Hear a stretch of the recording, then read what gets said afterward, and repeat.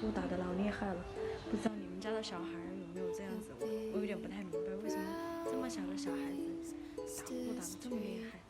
我家小孩在睡觉的时候必须有人陪着他。